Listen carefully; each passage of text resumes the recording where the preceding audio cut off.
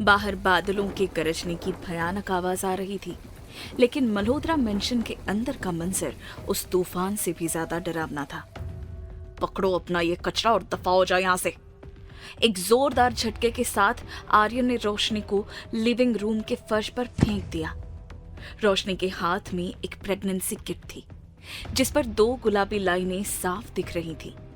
वो कांपते हाथों से उस किट को आर्यन की तरफ बढ़ा रही थी, लेकिन आर्यन की नफरत भरी निगाहें रोशनी के चेहरे पर जमे उन काले भद्दे धब्बों पर टिकी थी। आर्यन उसे देखकर घिन से थूकते हुए बोला, अपना ये मनहूस चेहरा मेरे सामने से हटा लो रोशनी। पहले तुम्हारी इस बदसूरती को मैंने 1 साल तक झेला है, अब और नहीं। आर्यन जी प्लीज प्लीज मेरी बात सुनिए। रोशनी फर्श पर पड़ी गिड़गिड़ा रही थी।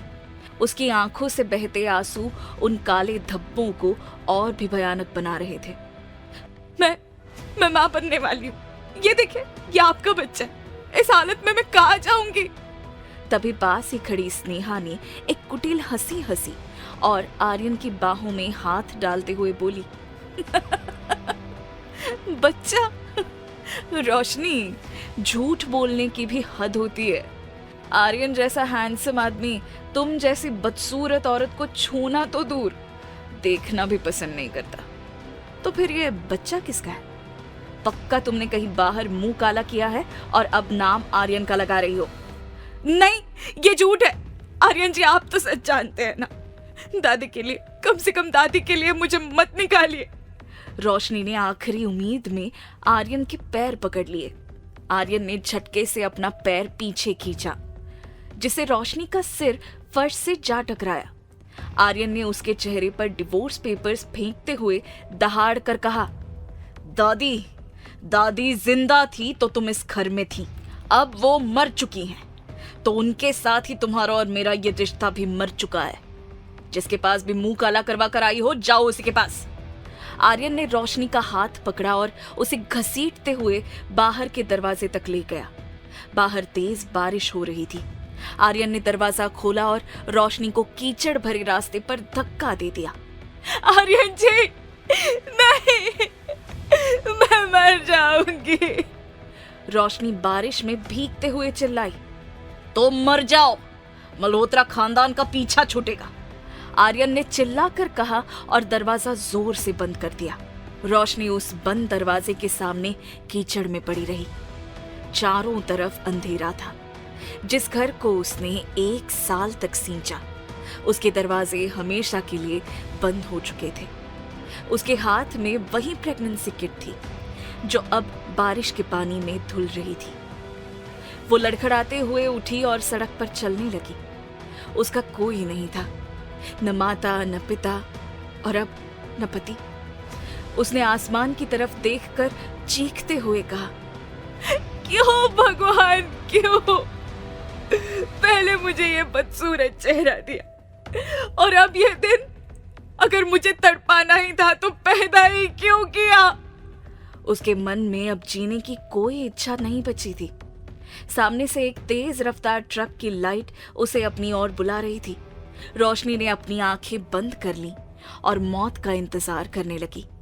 तभी अचानक एक काली चमचमाती लग्जरी कार चीखते हुए ब्रेक के साथ उसके ठीक सामने आकर रुकी। एक लंबा हैंडसम आदमी हाथ में काला छाता लिए गाड़ी से बाहर निकला। उसने रोशनी के सिर पर छाता लगाया। रोशनी ने अपनी सूजी हुई आंखों से ऊपर देखा। सामने खड़े उस शख्स को देखते ही रोशनी के अंदर जैसे नफरत का लावा फूट पड़ा। उसने अपनी पूरी ताकत बटोरी और उस आदमी की छाती पर अपने कीचड़ से सने हाथों से जोर जोर से वार करने लगी। तुम्हारी हिम्मत कैसे हुई? तुम फिर से मेरे सामने क्यों आए? क्या अभी भी तुम्हारी प्यास नहीं बुझी? हाँ, मेरी जिंदगी तबाह करके तुम्हें चैन नहीं मिला? रोशनी उसे बार बार पीछे धकेलने की कोशिश कर रही थी, लेकिन वो आदमी अपनी जगह से टस से मस नहीं हुआ। सही बताओ, तुमने ही आर्यन को भड़काया है ना? तुम्हारी वजह से, सिर्फ तुम्हारी वजह से आज उसने मुझे धक्के मारकर बाहर निकाल दिया। रोशनी का गला रूंध गया, पर उसकी आवाज में कड़वाहट कम नहीं हुई। तुम्हें पता है मैं प्रेग्नेंट हूँ? मैं उसके बच्चे की माँ बनने वाली हूँ, लेकिन तुम्हारी वजह से उसने मुझ पर शक किया, मेरे चरित्र पर कीचड़ उछाला। वो आदमी जो अब तक खामोशी से रोशनी का वार सह रहा था, अचानक हरकत में आया।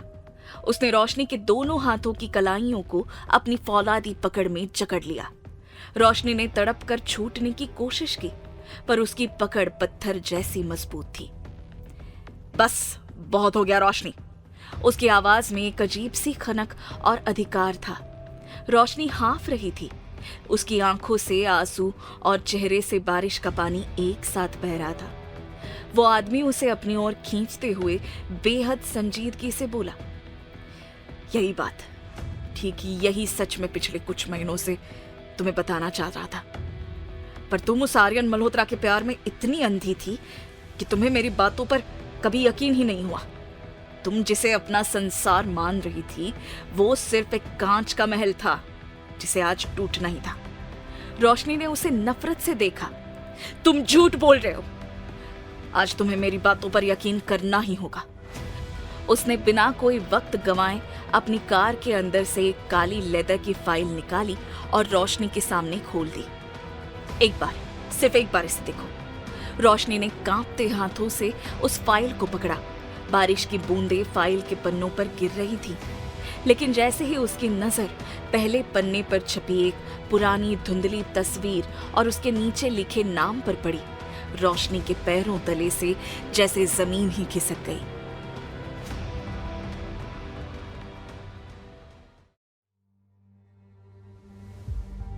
कीचड़ से सनी वो फाइल रोशनी के हाथों में थरथरा रही थी।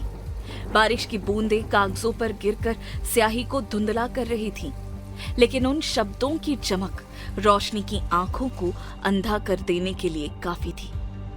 सिंघानिया ग्रुप की इकलौती वारिस रोशनी सिंघानिया। रोशनी ने एक कड़वी हंसी हंसी जो किसी चीख जैसी सुनाई दी। उसने नफरत से फाइल बंद की और उस आदमी की ओर उछाल दी। बस बहुत हो गया ये तमाशा।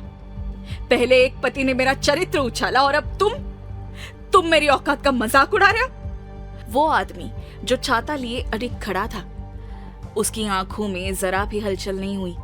मजाक मैं नहीं, तुम्हारी तकदीर कर रही है रोशनी, उसने शांत पर सख्त लहजे में कहा। झूठ, सब झूठ है। रोशनी चिल्लाई। उसका गला बैठ गया था। अगर मैं किसी बड़े खानदान की वारिस हूं, तो अब तक कहां थे ये सिंघानिया? मुझे अच्छे से याद है, मेरी माँ ने पेट पालने के लिए घर घर जाकर बर्तन मांजे हैं। कड़कड़ाती ठंड में फटे कपड़ों में दम तोड़ा है उन्होंने। तब कहां थे ये खानदानी रिश्तेदार? तब कहां थी ये अरबों की दौलत? रोशनी का सवाल बारिश की गर्जना से भी तेज था।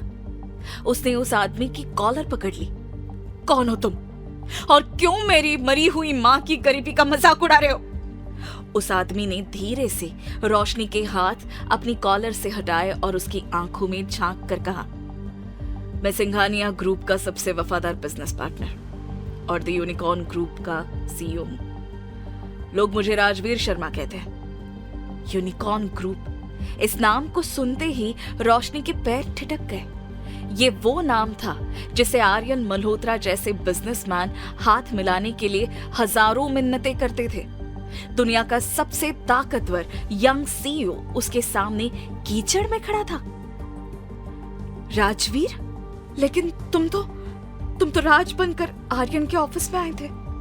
रोशनी हक्की बक्की रह गई। वो सिर्फ एक मुखौटा था रोशनी। मैं यहाँ सिर्फ तुम्हारे दादाजी मिस्टर विक्रम सिंघानिया की मदद के लिए आया हूँ। राजवीर ने ठंडी सांस ली। और जिसे तुम अपनी मां समझ रही हो, असल में वो तुम्हारी मां नहीं थी। क्या मतलब है तुम्हारा? रोशनी को अपने कानों पर यकीन नहीं हो रहा था। राजवीर ने आगे कहा, बचपन में जब तुम्हारा परिवार इंडिया छोड़कर लंदन बसने जा रहा था, तब एयरपोर्ट के रास्ते में तुम्हारा किडनैप हुआ था। शायद उस किडनैपिंग के बाद तुम उस औरत के पास पहुंच गई हो जिसे तुम अभी अपनी माँ कह रही हो। खैर, तुम्हारी तलाश में तुम्हारे माँ पापा इंडिया में ही रुक गए। वो तुम्हें ढूंढ तो नहीं सके, लेकिन एक एक्सीडेंट में उन्होंने दम तोड़ दिया। सिंघानिया साम्राज्य ने हार नहीं मानी, तलाश जारी रही। रोशनी का सिर चकराने लगा। तो मेरे दादाजी, वो खुद क्यों नहीं आए? राजवीर की आवाज थोड़ी नरम पड़ी। वो आना चाहते थे पर उनकी सेहत ने साथ नहीं दिया। वो बिस्तर पर है और उनकी आखिरी इच्छा सिर्फ इतनी है कि मरने से पहले वो अपने बेटे की आखिरी निशानी यानी तुम्हें उसका हक वापस दिला सके। उन्होंने मुझ पर भरोसा किया, इसलिए मैं खुद तुम्हें ढूंढने आया। लेकिन उन्हें मेरे बारे में, इस बदसूरत चेहरे के बारे में कैसे पता चला? रोशनी ने अपनी गालों के दागों को छुआ। राजवीर ने उसकी आंखों में आंखें डालकर कहा, यह सवाल तुम खुद उनसे पूछना, उनके पास हर बात का जवाब है। रोशनी ने मुड़कर मल्होत्रा मेंशन की बंद खिड़कियों को देखा, जहां अब भी रोशनी जल रही थी। शायद आर्यन और स्नेहा अपनी जीत का जश्न मना रहे थे। मैं तुम्हारे साथ क्यों जाऊं? मैं तुम्हें जानती तक नहीं, रोशनी ने पीछे हटते हुए कहा। राजवीर ने एक कदम आगे बढ़ाया और हकीकत का आईना उसके सामने रख दिया। रोशनी, जरा अपनी हालत देखो। तुम्हारे पति ने तुम्हें बेइज्जत करके सड़क पर फेंक दिया है। तुम प्रेग्नेंट हो।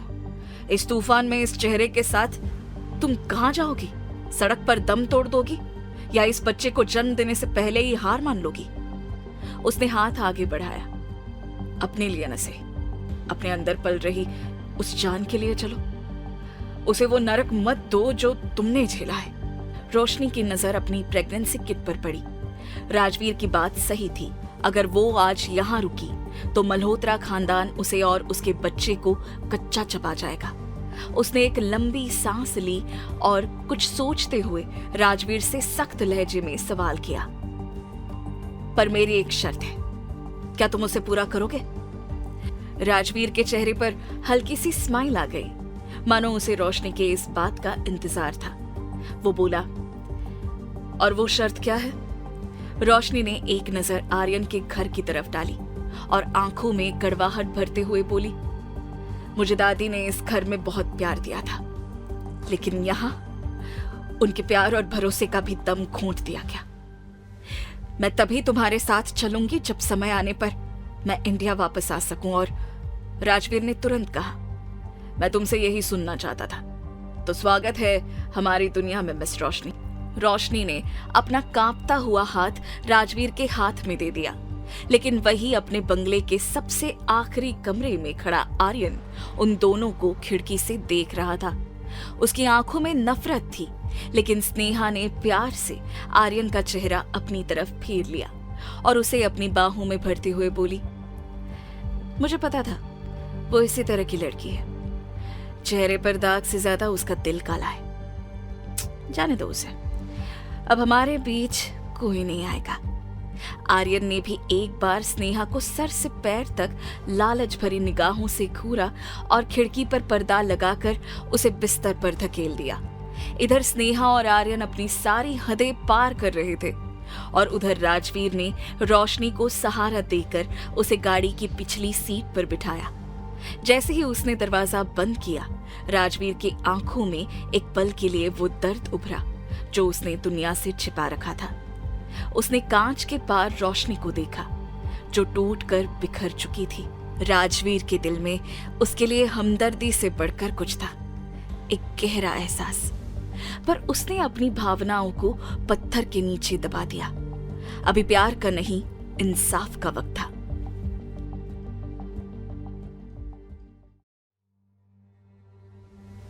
राजवीर की काली लिमोजिन शहर के शोर से दूर एक घने जंगलों के बीच बने व्हाइट हाउस गेस्ट हाउस के सामने रुकी। बाहर अब भी बारिश का तांडव जारी था, लेकिन इस आलीशान बंगले के अंदर की खामोशी बाहर के तूफान से कहीं ज्यादा डरावनी थी। राजवीर ने खुद झुककर गाड़ी का दरवाजा खोला। रोशनी की नजरें अभी भी शून्य में थीं। राजवीर ने अपना हाथ आगे बढ़ाया। अंदर चलिए रोशनी, यहाँ मल्होत्रा मेंशन की कड़वी यादें आपका पीछा नहीं कर पाएंगी। रोशनी बिना कुछ बोले एक जिंदा लाश की तरह अंदर दाखिल हुई। जैसे ही उसने कदम रखा, 10 नौकरों ने एक साथ सिर झुकाया। राजवीर की आवाज किसी ठंडे लोहे की तरह गूंजी। सुनो सब, ये रोशनी सिंघानिया है। आज से इस घर की हर चीज, हर इंसान और हर धड़कन इनकी इबादत करेगी। अगर इनके आराम में एक पल की भी खलल पड़ी तो याद रखना, राजवीर शर्मा माफ करना नहीं जानता। नौकर डर के मारे कांप उठे। रोशनी ने जब राज का ये रूप देखा तो हैरान हो उठी, क्योंकि अब तक राज उसके सामने एक बेबस और विनम्र आदमी बनकर आया था, लेकिन उसने कुछ नहीं कहा। इसके बाद राजवीर ने रोशनी से कहा, रोशनी अब पूरी तरह से भीग गई है, अब चेंज कर लीजिए, फिर साथ में लंच करते हैं। इसके बाद राजवीर उसे आलिशान स्वीट में भेजने के बाद बालकनी में आया। उसने एक सिगरेट सुलगाई और एक इंटरनेशनल नंबर डायल किया। दूसरी तरफ से मिस्टर विक्रम सिंघानिया की भारी और हाँफती हुई आवाज आई, राजवीर, मेरी बच्ची कैसी है वो? राजवीर ने धुआं छोड़ते हुए ठंडी हंसी हंसी। दादाजी, आपकी पोती वो रोशनी नहीं रही जिसे आप ढूंढ रहे थे। वो अब एक बुझी हुई राख हो गई है, जिसे उसके अपनों ने ही पैरों तले रौंदा है। वो कल की फ्लाइट से लंदन आ रही है। विक्रम सिंघानिया के गले से एक रुंधती हुई आवाज निकली। अचानक? पर वो एकदम से कैसे मान गई? राजवीर की आंखों में नफरत की चमक उभरी, क्योंकि जिसे वो अपना जीवन समझ रही थी, उस आर्यन मल्होत्रा ने उसे कीचड़ में फेंक दिया है। और सुनिए, आपकी पोती अकेली नहीं आ रही, वो जल्द ही आपको आपका परपोता देने वाली है। क्या? दूसरी तरफ से फोन गिरने की आवाज आई। क्या सच में वो मां बनने वाली है? लेकिन उस आर्यन ने, राजवीर ने दांत पीसते हुए कहा, उसने उसे चरित्रहीन बोलकर घर से निकाल दिया दादाजी। आपके खून को उसने सड़क का कचरा समझा। फोन के उस पार से विक्रम सिंघानिया के सिसकने की आवाज आई। राजवीर, मुझे माफ कर दो बेटा। मुझे नहीं पता था कि वो शादीशुदा है। मुझे लगा था कि वो। राजवीर का चेहरा सख्त हो गया। माफी मुझसे नहीं, अपनी पोती से मांगिएगा दादाजी। और रही बात उस शर्त की, तो याद रखिएगा, मैं आज भी उसे भूला नहीं हूं। मैं रोशनी को वापस ला रहा हूं क्योंकि वो आपका हक है, लेकिन मेरे और आपके बीच जो हिसाब है वो अभी बाकी है। राजवीर दादाजी से बात कर रहा था, लेकिन उसे नहीं पता था रोशनी कमरे से बाहर आ चुकी है। उसने रेशमी कपड़े पहन लिए थे, लेकिन उसके चेहरे के वो काले भद्दे दाग उन कपड़ों की चमक को मात दे रहे थे। उसने जब देखा कि राजवीर किसी से बात कर रहा है, तो वो सीधे राजवीर के पास गई, और जैसे ही उसे पता चला कि वो दादाजी से बात कर रहा है, तो उसने बिना कुछ सोचे समझे उसके हाथ से फोन छीन लिया। राजवीर हक्का बक्का रह गया। रोशनी की आंखों में एक अजीब सी बिजली थी। Hello mister Singhania. रोशनी की आवाज बर्फीली थी। विक्रम सिंघानिया भावुक होकर चीख पड़े, मेरी बच्ची रोशनी, मुझे दादाजी कहो बेटा। मैं तड़प गया था तुम्हारी एक आवाज के लिए। रोशनी ने उनकी बात बीच में ही काट दी। रिश्ते बाद में जोड़िएगा, मैं आ रही हूं, लेकिन याद रखिएगा, मैं वहां पोती बनकर नहीं आ रही हूं। मुझे उन तमाम बरसों का जवाब चाहिए जो मैंने अनाथ बनकर गरीबी और जिल्लत में काटे। मुझे वो चेहरा चाहिए जिसे देखकर दुनिया डरे नहीं बल्कि झुके। तैयार रहिएगा। इतना कहकर उसने फोन राजवीर की तरफ उछाल दिया और डाइनिंग टेबल की तरफ बढ़ गई। राजवीर उसे जाते हुए देखता रहा। उसकी चाल में अब वो बेचार की नहीं, बल्कि एक घायल शेरनी की नजाकत थी। राजवीर ने फोन पर धीरे से कहा, सुना आपने? आपकी पोती आपसे भी 2 कदम आगे। उसमें सिंघानिया का गुरूर जाग चुका है। राजवीर फोन जेब में रखने ही वाला था कि अचानक रोशनी के कदम लड़खड़ाए। उसका चेहरा सफेद पड़ गया और वो अपना पेट पकड़कर झुक गई। रोशनी! राजवीर की जान हलक में आ गई। रोशनी बेहोश होकर पीछे की तरफ गिरने ही वाली थी कि राजवीर ने बिजली की फुर्ती से उसे अपनी मजबूत बाहों में थाम लिया। रोशनी का सिर उसकी छाती से लग गया। राजवीर का दिल पागलों की तरह धड़कने लगा। उसने उसे कसकर सीने से लगा लिया, जैसे वो उसे इस दुनिया की हर बला से बचा लेना चाहता हो। रोशनी, आंखें खोलो। डॉक्टर, कहां मर गए सब? जल्दी बुलाओ। राजवीर की दहाड़ पूरे बंगले में गूंज उठी। उसने रोशनी के चेहरे को सहलाया, उसके दांतों को चूमने जैसी शिद्दत से देखा और बुदबुदाया, तुम्हें कुछ नहीं होने दूंगा रोशनी। आज के बाद तुम्हें दर्द देने वाली हर चीज को मैं मिटा दूंगा। ये राजवीर शर्मा का वादा है।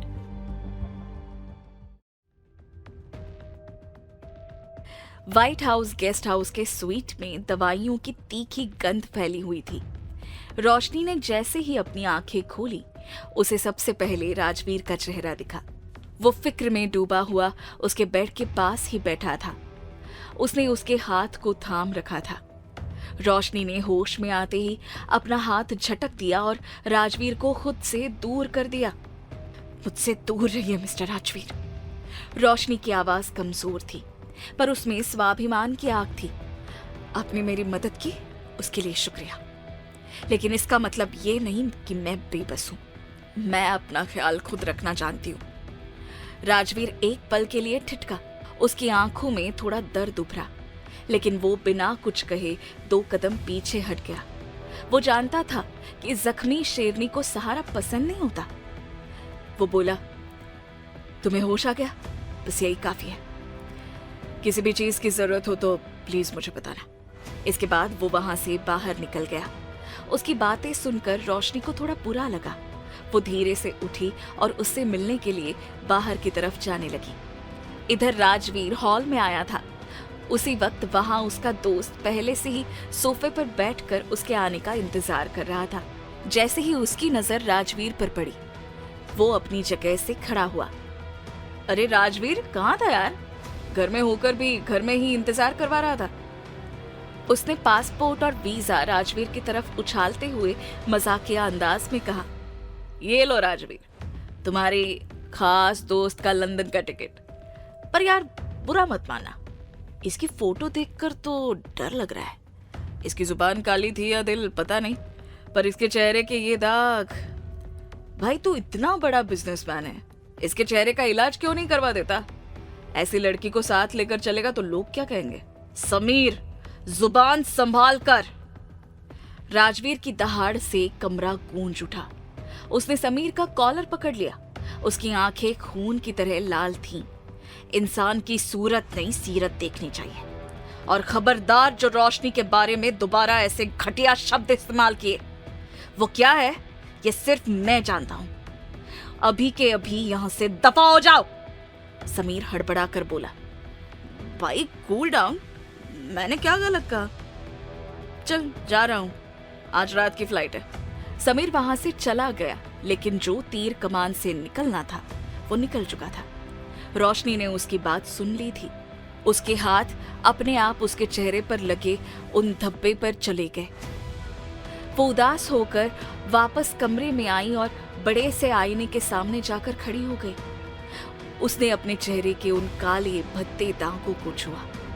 समीर के शब्द उसके कानों में आर्यन की नफरत भरी आवाज बनकर गूंज रहे थे। वक्त आ गया है, रोशनी बुदबुदाई।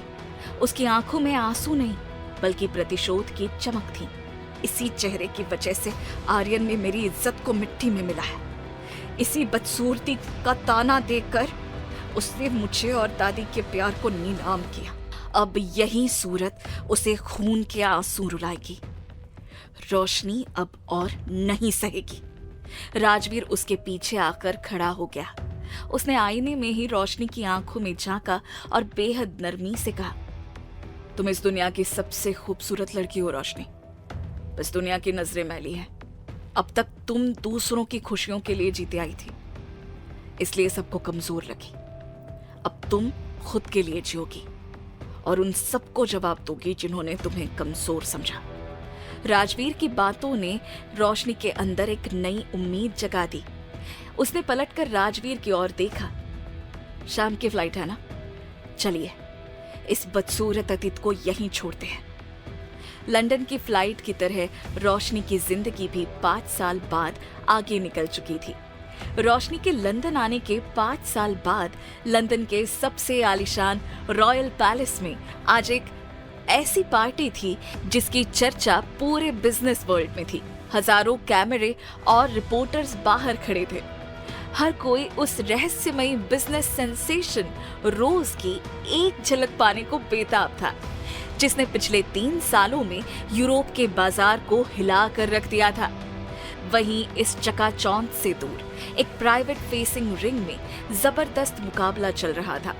एक दुबली पतली लेकिन बेहद फुर्तीली लड़की हाथ में तलवार लिए एक साथ 3 पेशेवर पहलवानों को धूल चटा रही थी। उसकी तलवार बिजली की तरह चल रही थी। एक ही झटके में उसने तीनों को घुटनों पर ला दिया। तभी राजवीर भागते हुए अंदर आया। वो अब पहले से कहीं ज्यादा प्रभावशाली और रईस लग रहा था। उसने चिल्लाकर कहा, जल्दी चलो, पूरी दुनिया बाहर तुम्हारा इंतजार कर रही है, आज तुम्हारा दिन है। वो लड़की रुकी। उसने अपना फेस गार्ड उतारा। पसीने से तरबतर लेकिन दूध जैसी गोरी और बेदाग रंगत, वो काली आंखें जिनमें अब नफरत नहीं हुकूमत थी। वो रोशनी नहीं थी, वो कोई अप्सरा लग रही थी जिसकी खूबसूरती आंखों को चुभ जाए। राजवीर उसे देखते ही थम गया और धीरे से बोला, चलो रोशनी, सब बुला रहे हैं। उस लड़की ने अपनी तलवार म्यान में डाली और राजवीर के करीब आकर उसकी आंखों में देखते हुए ठंडी आवाज में कहा, रोशनी नहीं राजवीर, रोज।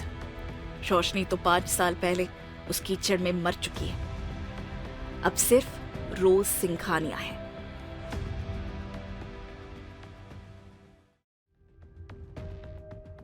लंदन के रॉयल पैलेस का ग्रैंड हॉल आज चकाचौंध की चमक से जगमगा रहा था। शहर के बड़े बड़े बिजनेस टाइकून्स, सेलिब्रिटीज और मीडिया घराने सिर्फ एक नाम की रट लगाए हुए थे, रोज सिंघानिया, वो रहस्यमयी औरत जिसने महज 3 साल में यूरोप के बिजनेस साम्राज्य को अपने जूतों की नोक पर रखा था। लेकिन उस चकाचौंध से दूर बैक स्टेज के अंधेरे गलियारे में राजवीर खड़ा था। उसकी नजरें अपनी घड़ी पर थीं। तभी हील्स की आवाज गूंजी। राजवीर पलटा। सामने रोज खड़ी थी। उसने गहरे लाल रंग का ऑफ शोल्डर गाउन पहना था जो उसके संगमरमर जैसे सफेद और बेदाग बदन पर आग लगा रहा था। उसके चेहरे पर अब एक भी दाग नहीं था, सिर्फ वो काली और गहरी आंखें थी जिनमें अब ममता नहीं, मौत का साया था। तैयार हो? राजवीर ने धीमी आवाज में पूछा। रोज ने अपने होठों पर डार्क रेड लिपस्टिक का आखिरी टच दिया और एक ठंडी मुस्कान के साथ कहा, तैयार तो उस दिन ही हो गई थी राजवीर, जिस दिन उस कीचड़ में मेरी सांसें रुकते रुकते बची थी। आज तो बस दुनिया को ये दिखाना है कि जो आग मल्होत्रा खानदान ने जलाई थी उसमें अब कौन चलने वाला है। उसी दौरान मेन हॉल में चल रही पार्टी में जैसे ही एंकर ने रोज का नाम पुकारा, हॉल की सारी लाइट्स बंद हो गई। सिर्फ एक स्पॉटलाइट सीढ़ियों पर रुकी। रोज सिंघानिया ने जैसे ही नीचे कदम रखा, पूरे हॉल में सन्नाटा छा गया। लोग अपनी पलकें झपकाना भूल गए। वो इतनी खूबसूरत और रौबदार लग रही थी कि किसी की हिम्मत ही नहीं हुई कि उससे नजरें मिला सके। तभी भीड़ में से एक पत्रकार ने चिल्लाकर पूछा, मैम, आपकी कामयाबी का राज क्या है और आप अचानक इंडिया क्यों शिफ्ट हो रही है? रोज माइक के पास आई। उसकी आवाज में वो कशिश थी जो किसी को भी अपना गुलाम बना ले। मेरी कामयाबी का राज है मेरा बेटा, और इंडिया में इसलिए जा रही हूं क्योंकि वहां कुछ पुराने हिसाब बाकी हैं। कुछ ऐसी चीजें हैं जिन्हें मैंने कचरे में छोड़ दिया था। अब उन्हें जलाकर राख करने का वक्त आ गया है। इधर इंडिया में आर्यन मल्होत्रा अपने घर पर आराम से सोफे पर बैठकर न्यूज देख रहा था, जहां हर तरफ रोज सिंघानिया का नाम गूंज रहा था, पर किसी भी फ्रेम में वो अब तक उसका फोटो नहीं देख पाया था। वो बड़े ध्यान से स्क्रीन पर देखते हुए बोला, ये औरत है कौन? पिछले 2 सालों में इसने इंटरनेशनल बिजनेस खड़ा कर दिया। तभी पीछे से स्नेहा उस पर भड़कते हुए उसके पास आई। आर्यन, तुम यहाँ बैठकर शराब पी रहे हो और कल हमारी कंपनी भी डूबने वाली है। अगर हमें फंडिंग नहीं मिली तो हम सड़क पर आ जाएंगे। आर्यन ने गुस्से में शराब का गिलास दीवार पर दे मारा। पता है मुझे, और तुम्हें क्या लगता है मैं हाथ पर हाथ रखकर बैठा हूं? मुझे पता है क्या करना है, तुम मत बताओ। आर्यन की कंपनी डूब रही थी और धीरे धीरे उसका पूरा बिजनेस ठप पड़ चुका था। उसे बहुत बड़े इन्वेस्टमेंट की जरूरत थी, लेकिन स्नेहा की अय्याशी की वजह से वो बिजनेस पर ध्यान नहीं दे पाया और अब उनका सब कुछ नीलाम हो रहा था। पर स्नेहा चुप नहीं बैठने वाली थी। उसका गुस्सा 7वें आसमान पर पहुंच गया। आर्यन, तुम्हें शर्म आनी चाहिए। ये रोज सिंघानिया एक औरत होकर इतना बड़ा बिजनेस खड़ा कर दिया, और इधर तुम नकारे निकम्मे अपने बने बनाए बिजनेस को भी नहीं चला पाए। मेरी किस्मत फूटी थी जो तुम्हारे चक्कर में फंसकर यहाँ तुम्हारे साथ चली आई। तुम्हारे लिए तो वो रोशनी ही ठीक थी। हाँ तो क्यों हो मेरे साथ? अभी निकल जाओ, पर मुझे परेशान करना बंद करो। आर्यन जब चिल्ला रहा था उसी वक्त न्यूज पर एक लाइन फ्लैश हुआ। जल्द ही इंडिया में अपना बिजनेस शुरू करने जा रही मिस रोज सिंघानिया, अब इंडिया में भी दिखेगा रोज सिंघानिया का जलवा। जैसे ही स्नेहा और आर्यन ने सुना कि रोज सिंघानिया कल ही मुंबई आ रही हैं, उन दोनों की आवाज वहीं रुक गई। स्नेहा तुरंत आर्यन से बोली, कल रोज इंडिया आ रही है। सुना है वो बहुत सनकी है, लेकिन उसे मनाना ही होगा। यहाँ तो कोई भी हमें फंड नहीं दे रहा, लेकिन उसे हम बेवकूफ बनाकर फंड ले सकते हैं। सुना है कि वो पहले इंडिया में ही थी, लेकिन अपने पति के धोखे की वजह से वो लंदन चली गई और देखो क्या कर दिखाया। उसकी बात सुनकर आर्यन बोला, और मैं उससे जाकर क्या बोलूंगा? वो एक बहुत बड़ी बिजनेस वुमन है, ऐसे ही किसी को पैसे नहीं देगी। अरे तो मैंने कब कहा कि उसे ऐसे ही जाने देना है? देखो, हम उसके पास जाएंगे और उससे कहेंगे कि तुम्हारी पत्नी रोशनी ने तुम्हें किसी गैर मर्द के लिए धोखा दिया और फिर पूरा पैसा हड़प कर भाग गई, जिसके बाद तुम दोबारा स्टैंड नहीं हो पाए। स्नेहा के आइडिया पर आर्यन उसे घूर कर देखने लगा। स्नेहा वो बेवकूफ औरत नहीं है। 5 बड़े बड़े देश में वो अकेले अपना बिजनेस चला रही है। तुम्हारे इस घटिया रीजन की वजह से वो कभी मेरी हेल्प नहीं करेंगी। उसी दौरान टीवी पर रोज के आज के पार्टी की तस्वीरें चलने लगी। जैसे ही आर्यन की नजर टीवी पर पड़ी, रोज की एक झलक स्क्रीन पर दिखी। उसे देखते ही आर्यन का हाथ कांपने लगा। उसे लगा जैसे उसके सीने में किसी ने खंजर उतार दिया हो। वो चेहरा, वो आंखें। रोशनी? आर्यन के मुंह से धीरे से निकला। स्नेहा ने चिढ़कर कहा, क्या रोशनी रोशनी लगा रखी है? वो बदसूरत अनाथ भाग गई उस आदमी के साथ। ये रोज सिंघानिया है। उसके जूतों की कीमत तुम्हारी पूरी कंपनी से ज्यादा है। कहाँ ये रोज ब्यूटीफुल, क्लेवर, बोल्ड, और कहाँ वो रोशनी बदसूरत, बेडोल, बेवकूफ। पर स्क्रीन पर आर्यन बार बार देख रहा था। रोज का चेहरा उसे काफी पहचाना पहचाना सा लग रहा था, लेकिन उसने भी इस बात को इग्नोर किया और खुद से बोला, कल अब किसी भी सिचुएशन में रोज से मिलना होगा।